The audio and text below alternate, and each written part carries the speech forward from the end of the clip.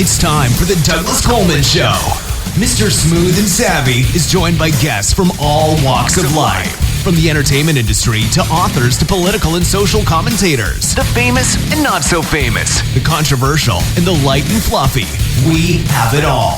Now, here is Douglas Coleman.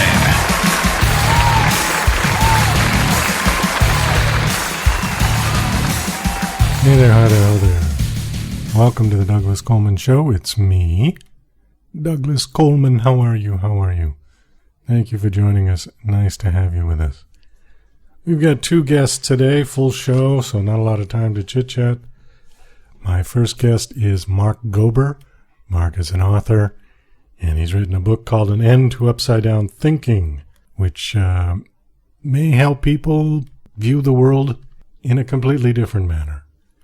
And for some of us, that could be a good thing. He will be up first, followed by Rick Kanjilal. Rick is an Indian actor, and he's also a lawyer. And he was nice enough to come on the show and talk a little bit about his life and about his country. So, without further ado, we will be right back with Mark Gober.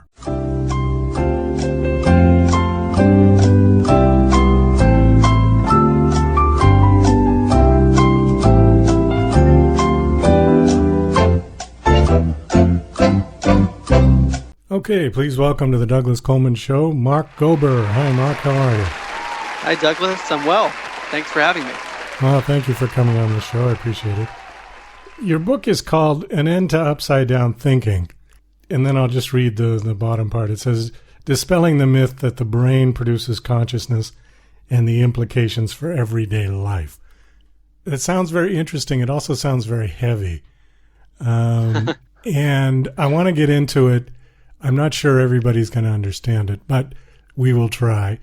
Before we get to that, though, can you just give us a little bit of your background, tell us a little about yourself, and then we'll talk about your book. Sure. So my background on the surface doesn't really sound like it has much to do with the topic of consciousness. I work in Silicon Valley. I'm a partner at a firm called Sherpa Technology Group, and we advise technology companies on their business strategy and their innovation strategy. And prior to Sherpa, I worked in investment banking with UBS in New York during the financial crisis.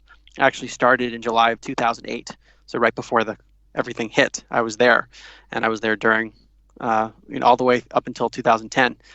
And prior to that, I was at Princeton University, where I was captain of the tennis team.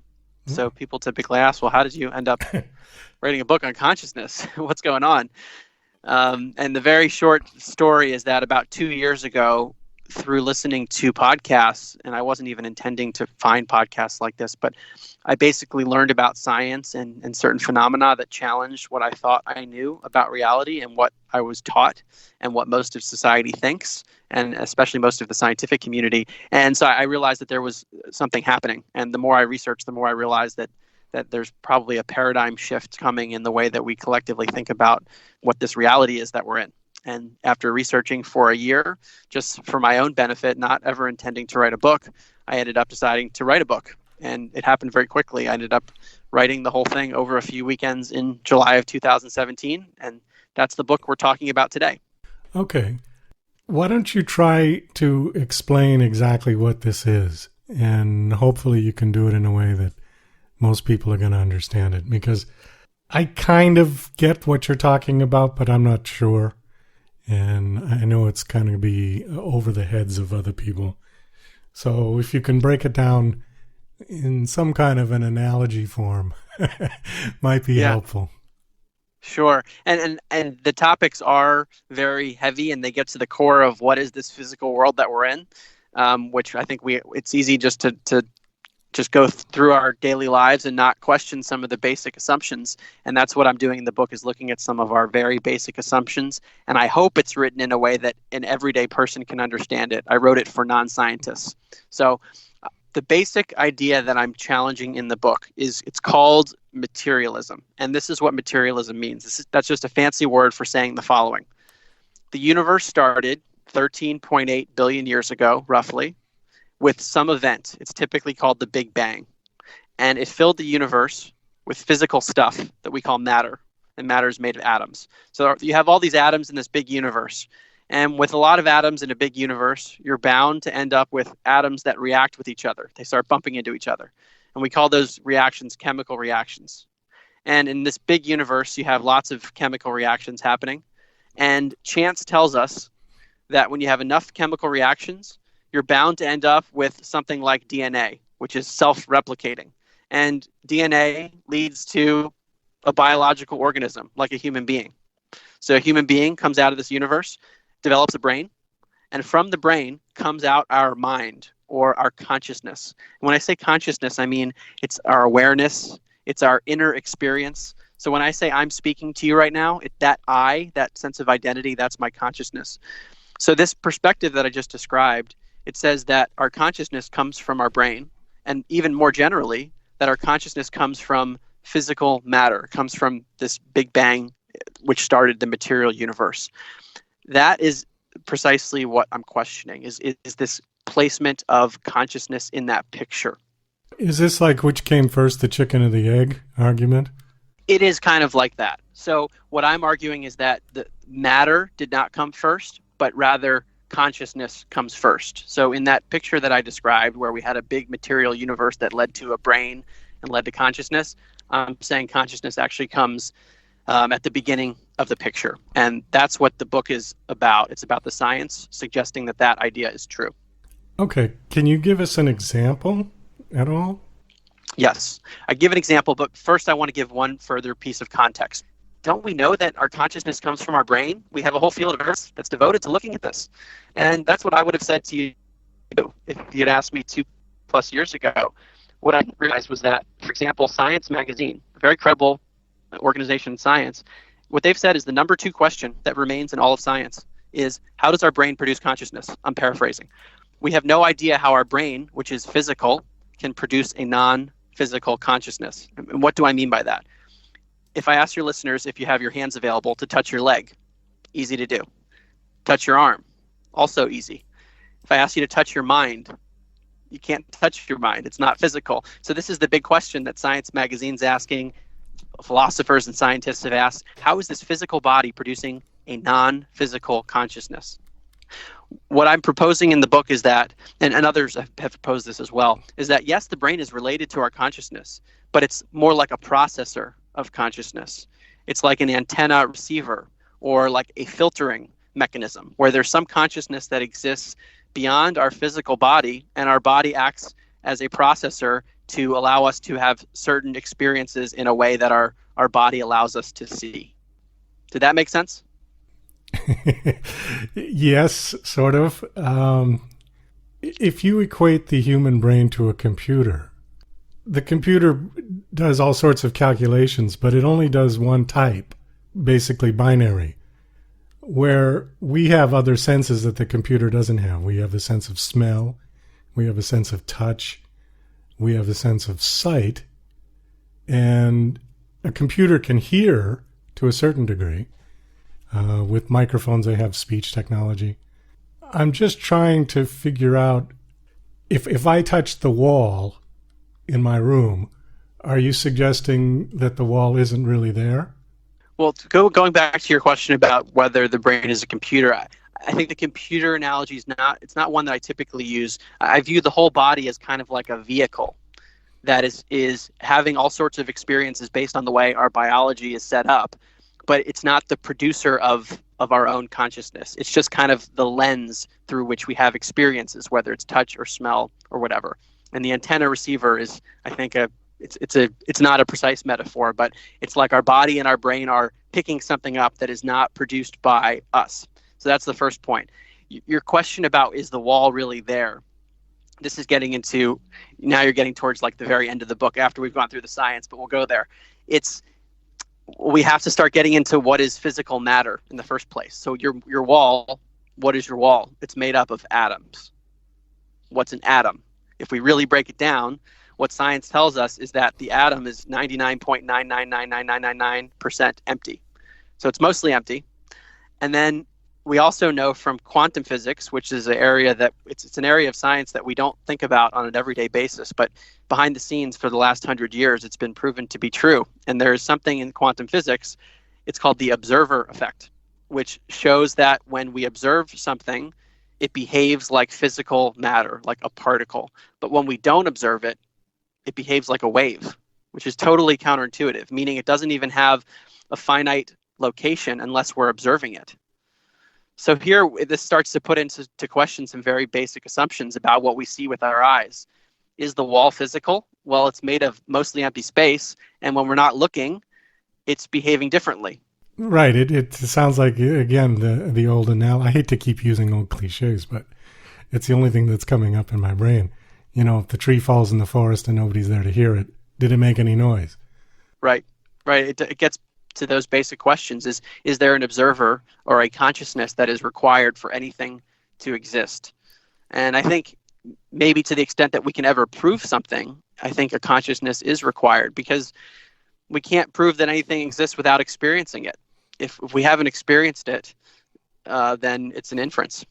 Okay, then how do you account for two people looking at something and they perceive it completely different? Well, again, if we view the body as being like a processor of consciousness, where it's a biological lens, and each of us has a different biology, then the lens through which consciousness is having the experience would be different. So that would explain how different people or different biological organisms would experience things differently. Okay. All right. That makes sense. I can get my head around that one. So I don't mean this to sound condescending, but what exactly is the point of the book? So it's a very good question. Well, I think that if what I'm describing is true, and a lot of people have been saying these things for a long time, I'm really just aggregating the most recent research. It implies a drastic need to change our science and our medicine to account for consciousness, because the current view of consciousness is that it just comes from the brain and has no effect on the world. Whereas what I'm describing is where consciousness is the basis of the physical world and therefore needs to be incorporated into our science. But even beyond that, what most of the book is about, and we haven't gotten into this yet, is about the evidence that we all have inherent psychic abilities, which kind of makes sense if we think of our brain as like an antenna, and that when our body dies, because it was never tied to the consciousness in the first place, then consciousness doesn't die because it doesn't come from the body. So that has big implications for how we think about life and death. And then be even further than that, what is suggested in the book is, for example, like Erwin Schrödinger, who's a famous quantum physicist, he said, in truth, there is only one mind. What I'm describing is the picture of reality where we're all part of the same interconnected consciousness. Even though we have individual experiences, we're all connected. And that has huge implications for how we treat each other. And when we look at the way the planet's going, I think ideas like that, if they're actually true at the level of reality, could have a big shift, or could create a big shift in terms of what's happening on the planet.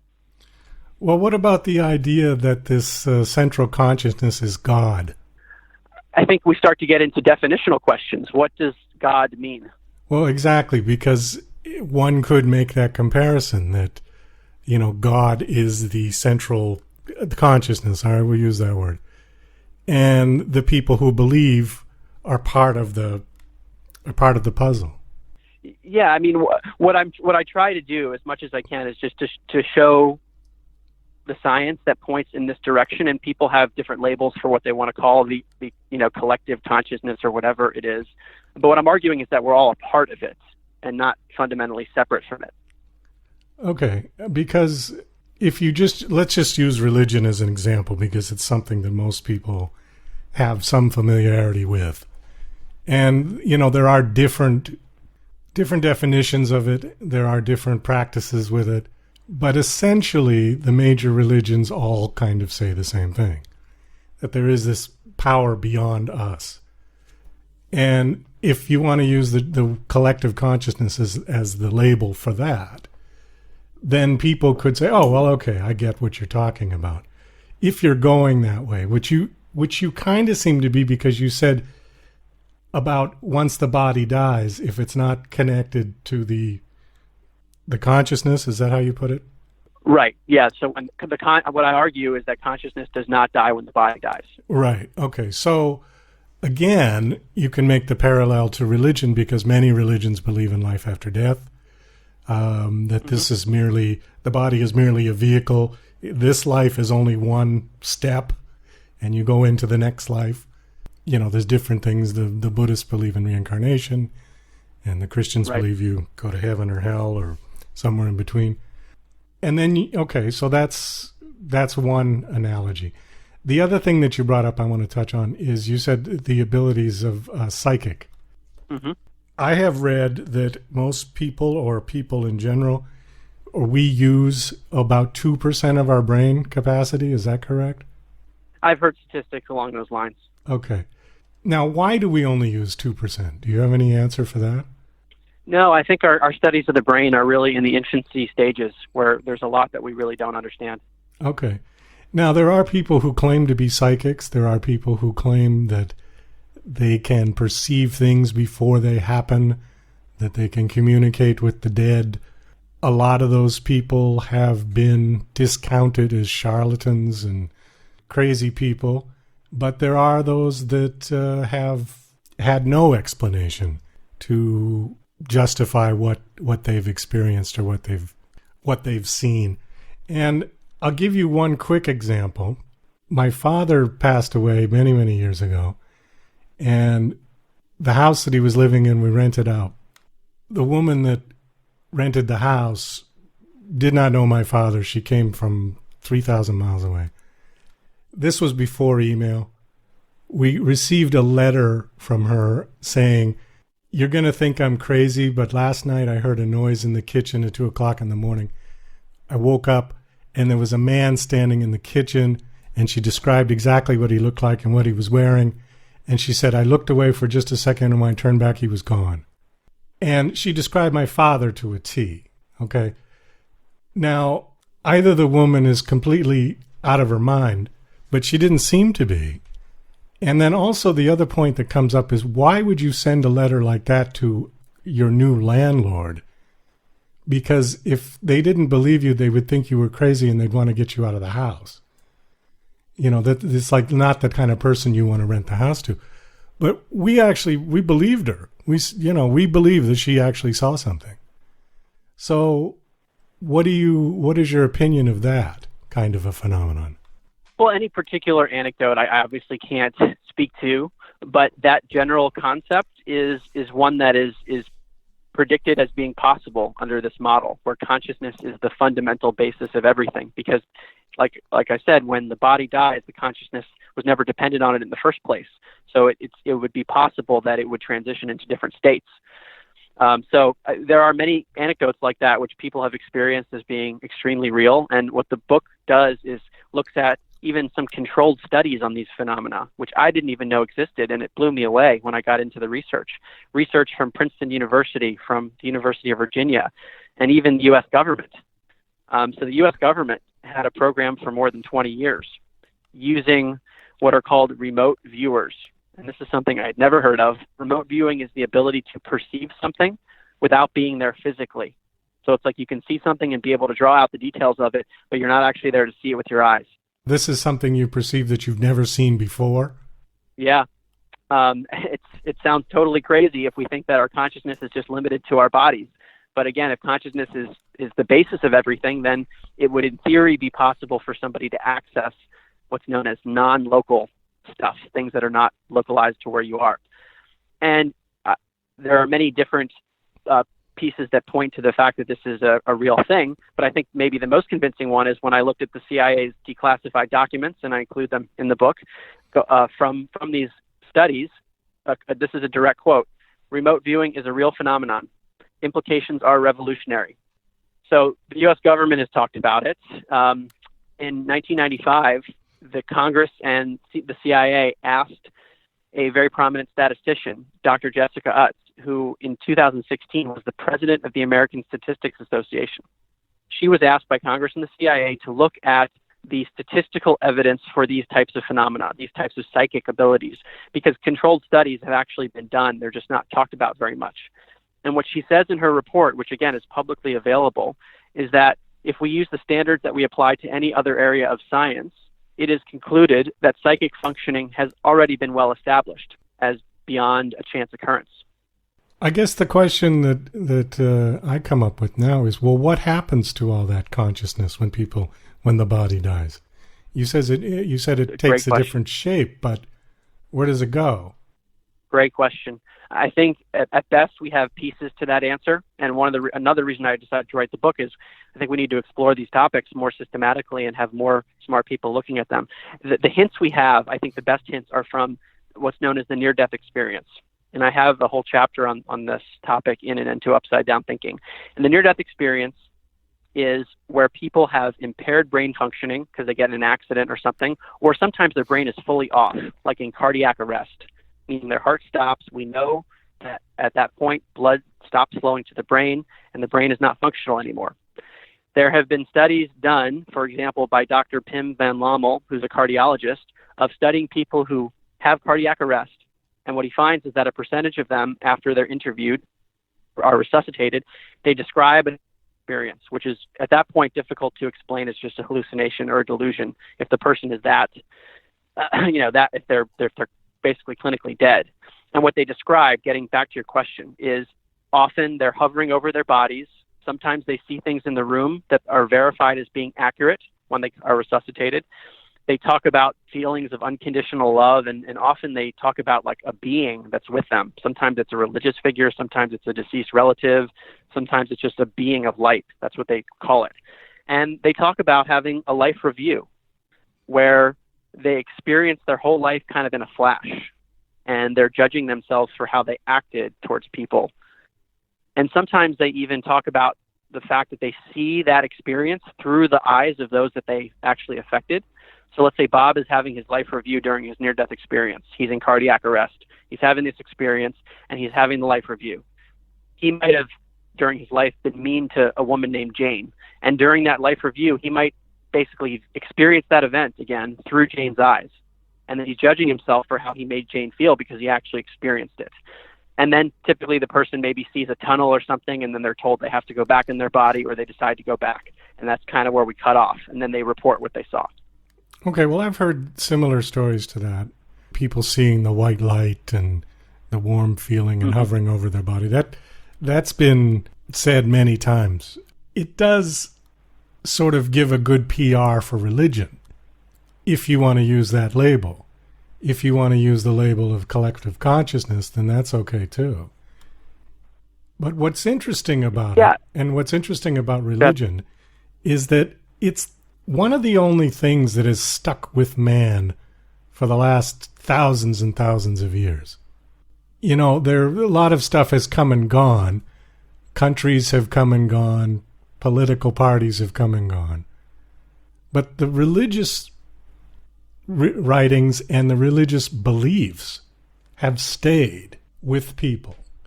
And I'm not a particularly religious person, but it does lead me to believe that there may be something to it, where if enough people believe it, you know, if enough people believe it, it's got to be true.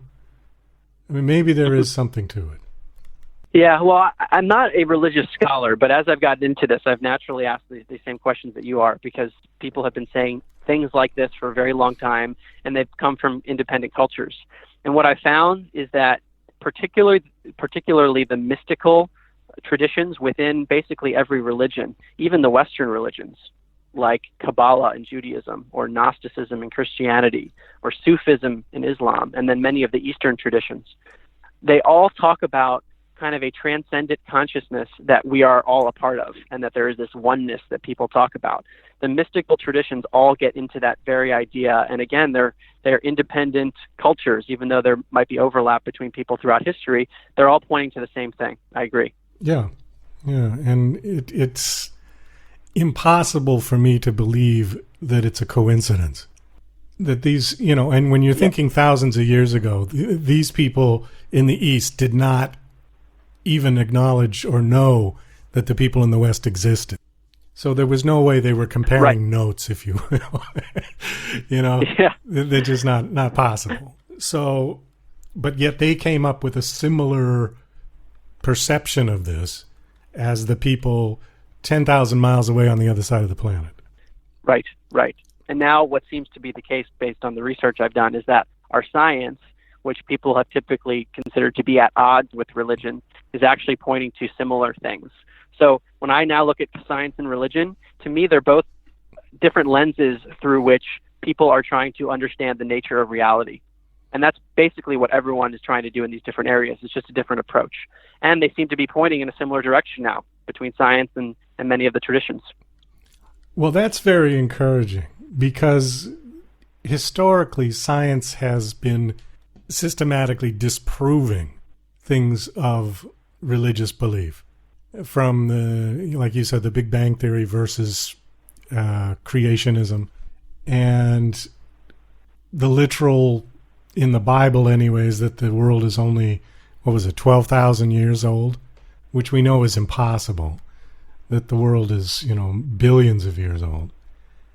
But yet, if we take those out of it, there is still the parts that you're talking about, which are running parallel, which I find really interesting.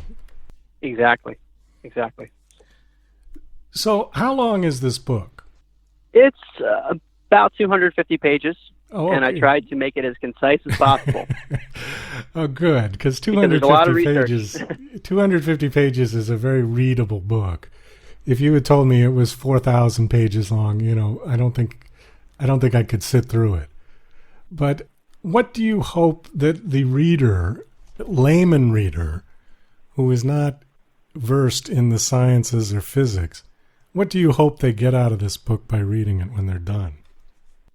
I hope they see that there is more to human potential than we've conventionally been taught, because if we have these abilities to perceive things using our mind in ways we weren't taught, then how can we use those in our everyday lives? So I think that's one. But also I think the outlook that is suggested is a very positive one.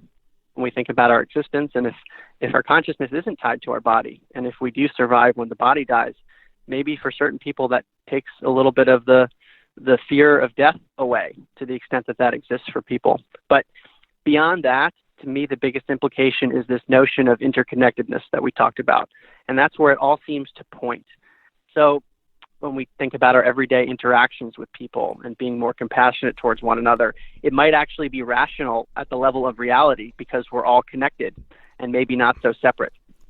Well, I've always said that in order to achieve world peace, the Martians would have to invade planet Earth, because then we'd all stop pointing the guns at each other and pointing them up in the sky, because we'd have a common enemy. And I think there is some sort of a parallel there between what you just said, if we can tap into that collective consciousness, You got it.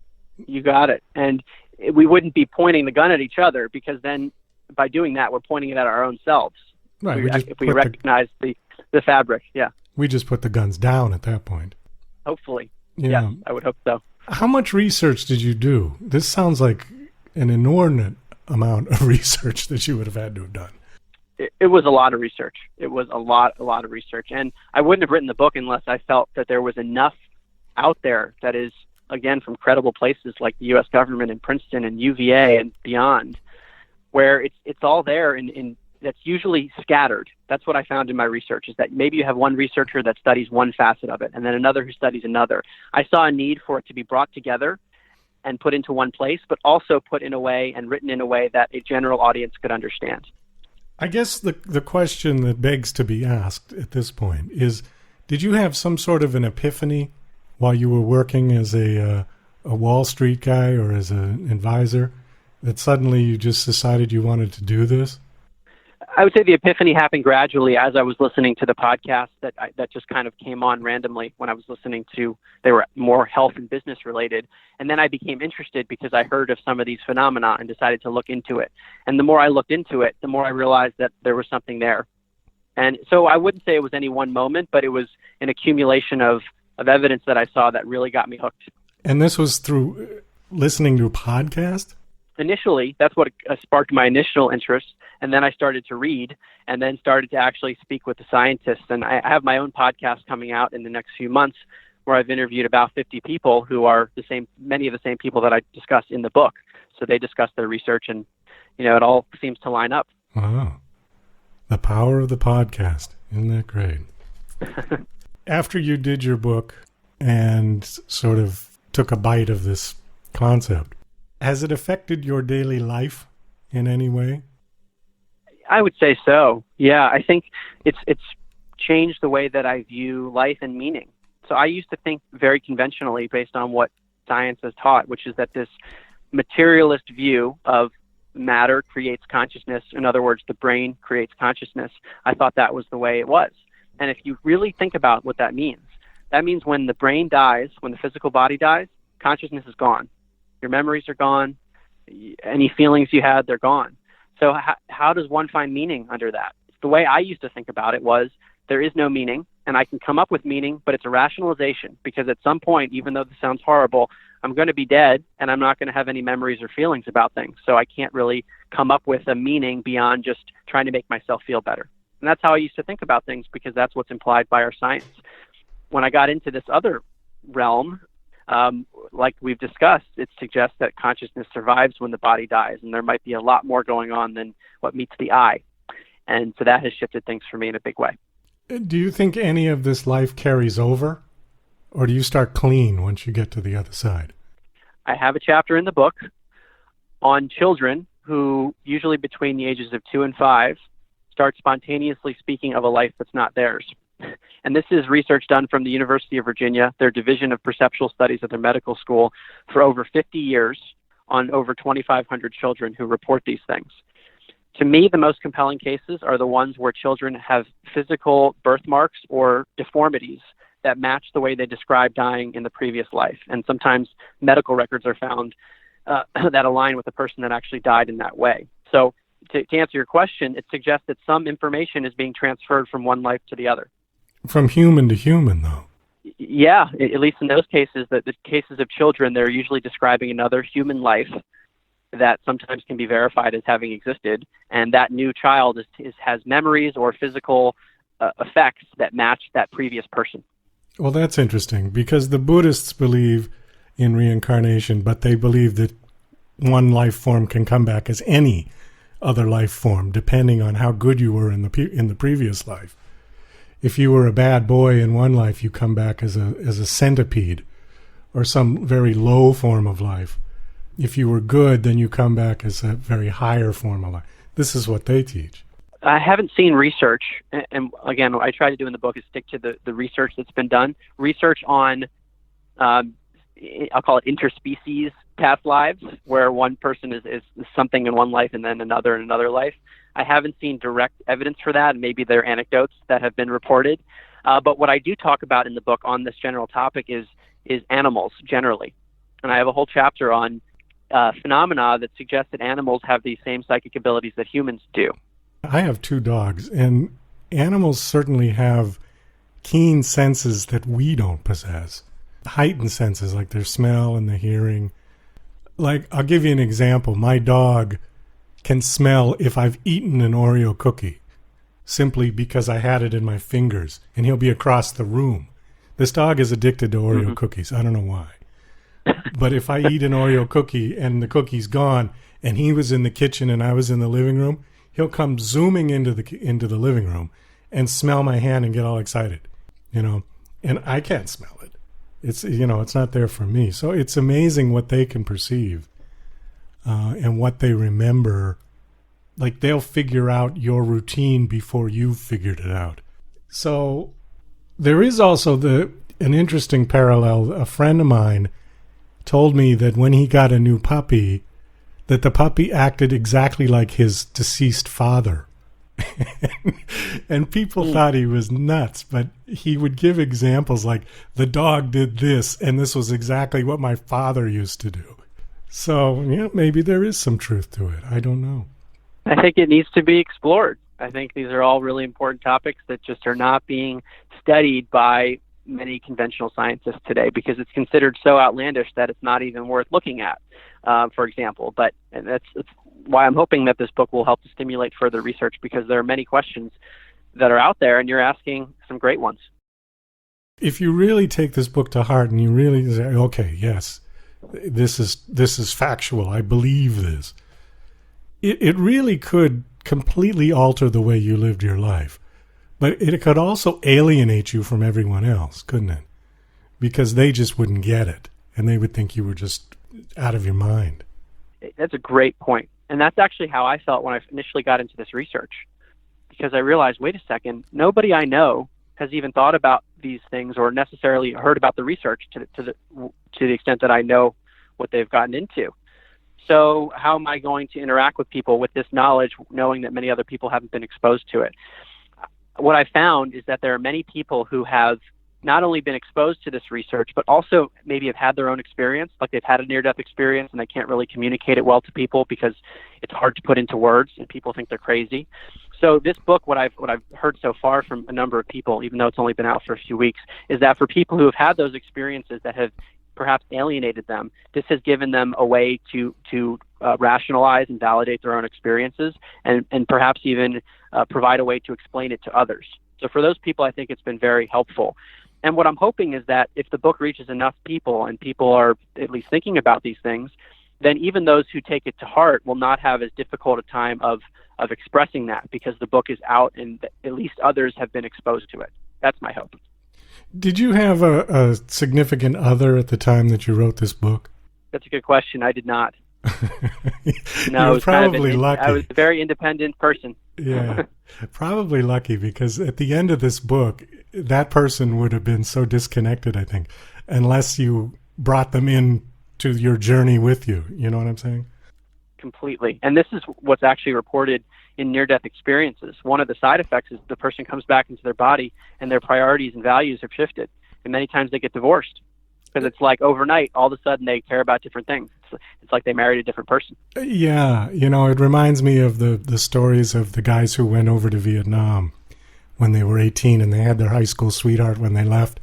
And when they came back after they saw the horrors of the war, it completely changed them and they just couldn't relate to the person who was still at home. But that's a traumatic experience in a bad way. But I think the parallel's the same. It could be an epiphany for the good or for the bad. It's still going to alienate you from people who didn't come along with you. It could, yes. All right. Well, I think we've covered it all. Anything else you want to... Yeah, I think we've covered a lot of big questions. No, I appreciate the time, and thanks for having me on the show. I think we've given a good summary, and I would just emphasize that the book goes into the details of each of these phenomena, which on the surface might sound totally ridiculous, but then when you see how much research has been done, it's really mind-blowing. Okay, the book is called An End to Upside-Down Thinking. The author is Mark Gober. The book is available everywhere, presumably Amazon and all those places. Yes. Yeah. Yep. How long has the book been out? It's been out for about 3 weeks. Oh, okay. So have you gotten any feedback on it yet? A little bit here and there, and I've actually had some people tell me that it's shifted their whole perspective. So it'll be interesting for those people to see how it shifts their own relationships, the way they're looking at life. But I've gotten some reports like that. Oh, very good. Okay, Mark. Well, this was most interesting talking to you. Thank you so much for coming on the show. And best of luck with the book. I hope it does well, and I hope it changes some people's lives for the better. Me too. Thank you for having me, and thanks for asking such great questions. You're listening to Mr. Smooth and Savvy right here on the Douglas Coleman Show. We'll be right back after these commercial messages.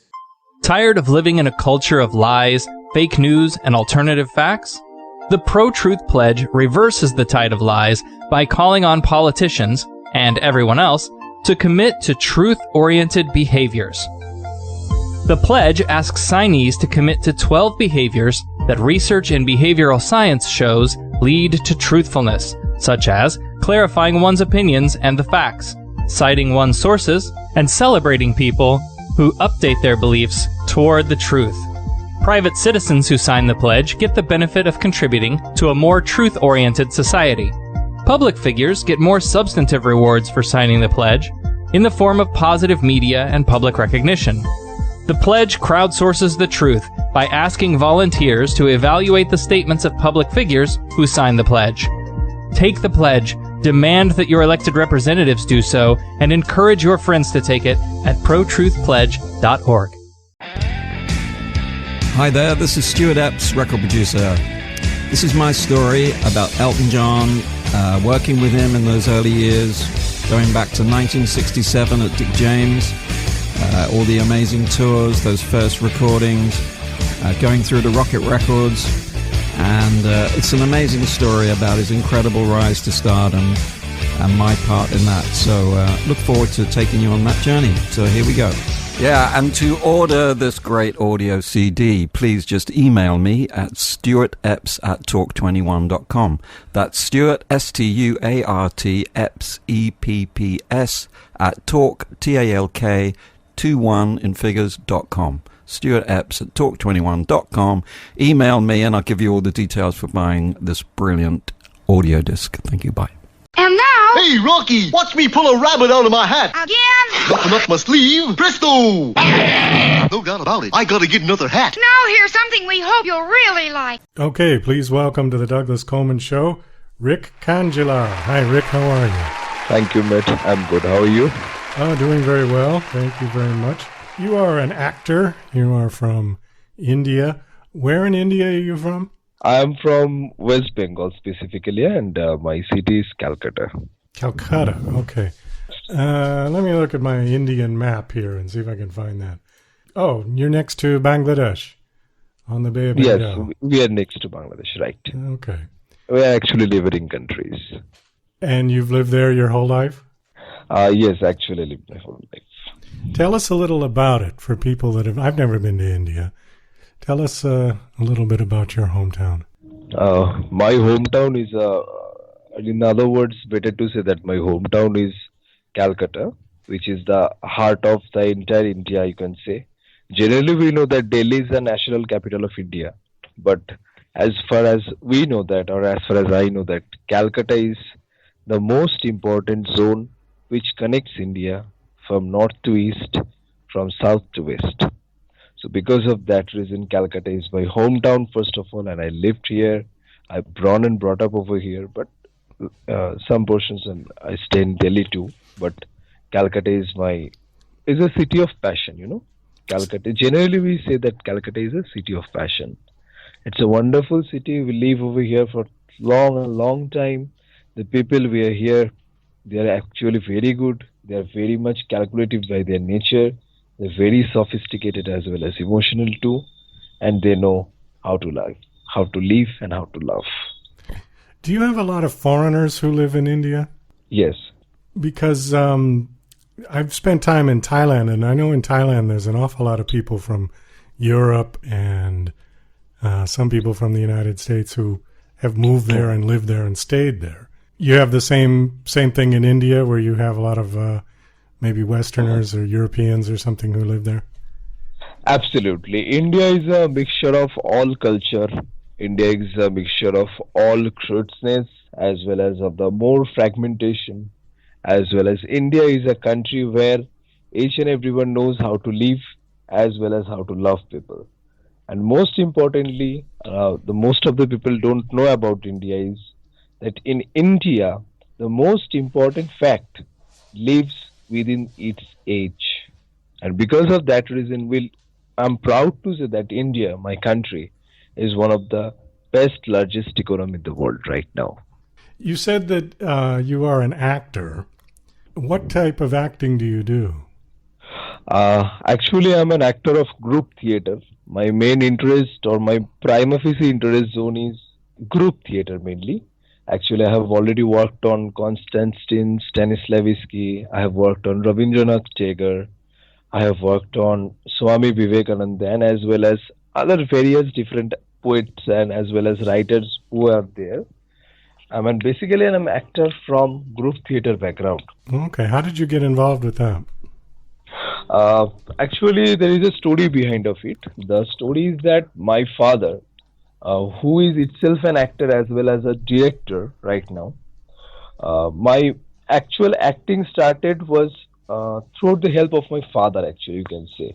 When I was most probably 5 or 6 years old, from that time onwards, my father put that seed inside of mine, and from that portion, my acting soul or the soul of an actor inside me that grew up. And after that, I had watched my parents too, like my mother was also an actor, but later on she left acting just because of my own career. So she sacrificed her career just because of me.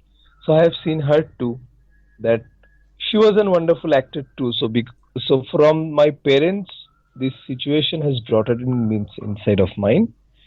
And from there, I tried to develop myself by studying, by doing practice, or by practicing different forms of art, like dancing, which is necessary for being an actor.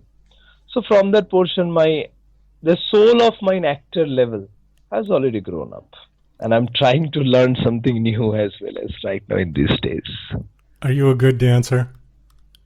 Yes, and I don't prefer to say that I'm a good dancer, but I know I can dance whichever character is required. Because being an actor, sometimes dancing is also plays an important role. And where I have done Macbeth of, as well as some different other scripts of William Shakespeare, over there dancing platform was required, or the dancing was required. So yes, I'm not a good dancer, but yes, I can dance. How do you find English? Do you find it easy or difficult as a language? No, it's all right. It's fine. It's comfortable for me. In India, they teach English from the time you're first in school, and you get it all the way through high school. Is that correct?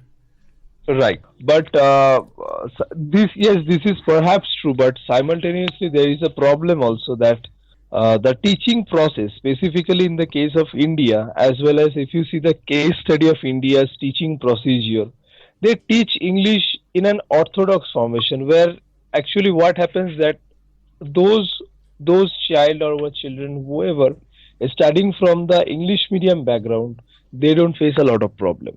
But the problem is that specifically those who are preparing from Hindi medium or from Bengali medium, they face a lot of problems regarding their foundation of English.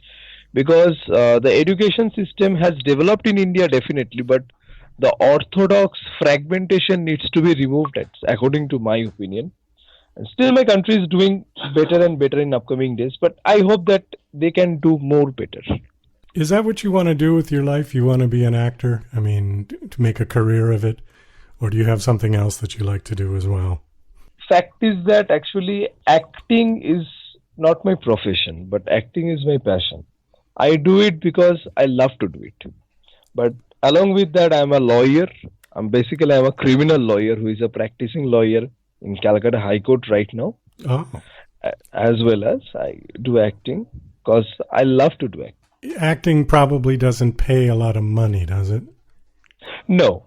And actually, I have my own interest just to develop myself, as well as I try to build up some new people, whoever loves to work in this acting field, and as well as I try to give them some idea that how you should develop your body language or how you should develop your mind first to become an actor. Because it is important to first become that actor by your inside, not by your outside.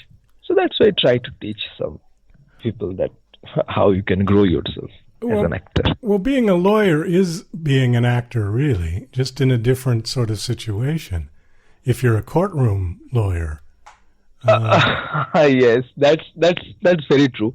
But where passion is involved, I manage my time. Throughout my practice life, throughout my chamber, I try to manage my time. Yes, it creates sometimes a lot of troubles, because whenever a trial is there, and if that day I have to attend my show, it creates a huge problem. But still, that can be adjustable. So what sort of cases have you worked on? Have you done murder trials? Yes, I have already worked on a murder trial. I have worked on POCSO Act, that is Protection of Child Against Sexual Harassment Act, as well as I have worked on the rape cases, I have worked some on molestation cases. Wherever the justice is involved, I have worked. Is there a big problem in India with child brides with people? Is that something that is prevalent in India? To say that yes, it is true, because what happens that when my country India got their freedom in the year of 1947, before that the procedure was started to abolish this child marriage procedure, Because you know that before we got our independence, there were some difficulties too in our socio-economic structure, as well as after we got our independence on 1947, still the socio-economic structure was developing that time. From that portion, this concept of child marriage was definitely there, but in recent times, we can see that there has a lot of changed. If the situation or the socio-economic situation has changed a lot right now, and but still I would say that this concept of child marriage has not properly abolished from the Indian continent, because in different kind of villages, like if you see the cases of Uttar Pradesh or if you see the cases of Bihar, Jharkhand, some villages are definitely there where these kind of illegal practices are still involved, and they practice it without having any kind of fear inside of their mind or as well as in their society, because their society has created this fragmentation that is, it can be used, but still I would say that in my opinion, the condition of child marriage has lost its own fragments in India a lot than the previous time, and I hope that it will improve in future too. Yes, that would be good. The other thing that I read about marriages in India was that many of them are still arranged. Is that true? Yes, it is true. Partially it is true, but in this case also the situation has changed a lot from the previous time. Earlier time, yes, there was some problem regarding this arranged marriage concept, but in these days, in the 21st century, our country has also become a lot of developed, or rather, in other words, I can say that my country has developed a lot, that this concept of arranged marriage has been almost abolished from my country. And in these days, people prefer that no, I will choose my partner as per my own choice. And as well as in the case of India, recent judgment of Supreme Court that the Article 377 or the 497 has been removed from the Indian Penal Code, which was prohibited according to the Indian Penal Code in the earlier time, which was prohibited that lesbian sex or a gay sex was treated as a punishable offense. But recently, the Supreme Court of India has changed this concept. So, as you said that yes, the situation is still existing, but from the previous time, or if we run back at least 10 to 15 years ago, recent situation has changed a lot from the previous time. So it's getting better all the time. Yes, it's getting better all the time, but as you know that whenever a revolution comes up with some new ideas, some difficulties are also involved in that case. So yes, some problems are definitely involved in my country regarding the socio-economic platform or regarding the society's mindset, but still I hope, as I am an actor, so my perspective is always that I love to see it in a better way. So I hope that definitely the situation will change in future. One of the things on your bio that I got a kick out of was it said, you are a happiness addict. Yes, I am an happiness addict. You are a happiness addict. Okay, now, depending on how one achieves happiness, it could become quite dangerous, depending on what it is. How do you stay happy? How do you fulfill your addiction to happiness? That's a very good question you have asked, but I think that happiness can be found, if I quote from the Harry Potter, okay. I think that happiness can be found even in the darkest period of time, only if someone knows how to turn on the light. What happened? Just let me tell you one very interesting story. Actually, as far as you know, that I'm a teacher also. I teach law to junior students of mine. What happened? Just a few months back, while I was teaching, one of my students came and she was looking extremely depressed, like her face was telling that yes, she was suffering from a mental trauma. I don't know what was the situation. So when she came up and I asked her that what happened to you? Why you were looking so upset and depressed? Is there anything wrong? So after that lady told me that yes, I'm running through some problems. So I told her that okay, fine, let's discuss about your problems. And when she was discussing and when I was giving her some solutions, just after 30 to 45 minutes, I realized that yes, she has changed a lot. She has came out from that traumatic situation. So after that, she told me that, sir, just because you motivated me, just throughout your motivation, I got my happiness back right now. So I believe that happiness is what makes you happy in others' eye. Whenever you try to help someone who is seeking for your help, or who is asking, or who is in deep need for your help, if you can help her or him or a particular person, that act of kindness, whatever shows in their eyes, that is my happiness. Oh, that's a good way to put it. I like that. So let's talk a little bit more about India, because I'm kind of intrigued by India. India is a very big country. It's Right. huge. And have you done a lot of traveling around India? Yes, actually, I have traveled a lot in India. Like, I traveled Delhi specifically. I love Delhi a lot. Calcutta is my home state, definitely, but I love Delhi a lot. Yes, I traveled in Delhi. I traveled in Agra, as well as, there is a very famous heritage site called Taj Mahal, which was made by Shah Jahan. So, and as well as I have traveled in Jaipur, Rajasthan, and different parts of India. And as much as you know, as much as I'm concerned, that India is a very nice country with his socio-economic demography. As well, it's a secular country, so that's why it can attach with each and every religion. And that I believe that in my country, that is the most beautiful thing I have ever seen in my life. And while I have traveled a lot of places in India, I have seen many of the people who belongs from different religion. They came up with a good concept that let's hug each other, just to share our love, just to show our love. So I think that this is the best thing I have ever seen in my country. How is the Indian rail system? Indian rail system is absolutely beautiful, because if you travel throughout the train, you will feel something different which you have never felt before. Because in Indian railway system, first and foremost, you'll be able to see that a lot of people, those who belongs from different religion, those who are sitting together, those who are talking to each other like they know them from a long, long time. So that prosperity of love and joy is the most beautiful system of our Indian railway system. And as well as Indian railway system is one of the multiple largest project of this entire world.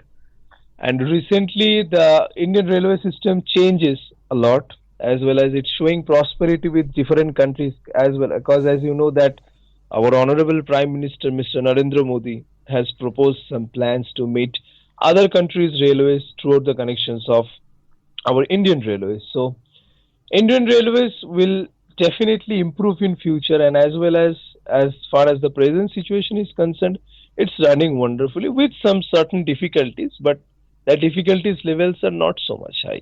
Well, Rick, we got to kind of wrap this up. Do you have a website that you want to give out that people can come and take a look at you and see what you're up to? No? No. No website? Okay, that's all right. Not a problem. Thank you so much for coming on the show. I've enjoyed talking to you, and I hope one day I get to India, because I would love to go there and do some traveling and check it out. It does look beautiful. It's my pleasure that you have invited me in your show. I'm grateful as well as I'm honored. Well, that's about all the time we've got for the show today. I want to thank my special guests, Mark Gober and also Rick Kanjilal. This is Douglas Coleman saying, I'll see ya when I see ya. To the mile, you've got to run, not walk. To give a sermon, you've got to preach, not talk. To reach the mountain, you've got to climb, not dream. To say you love me, you've got to speak, not scream.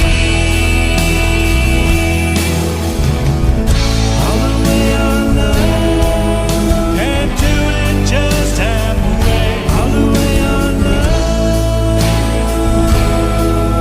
it's a big price to pay.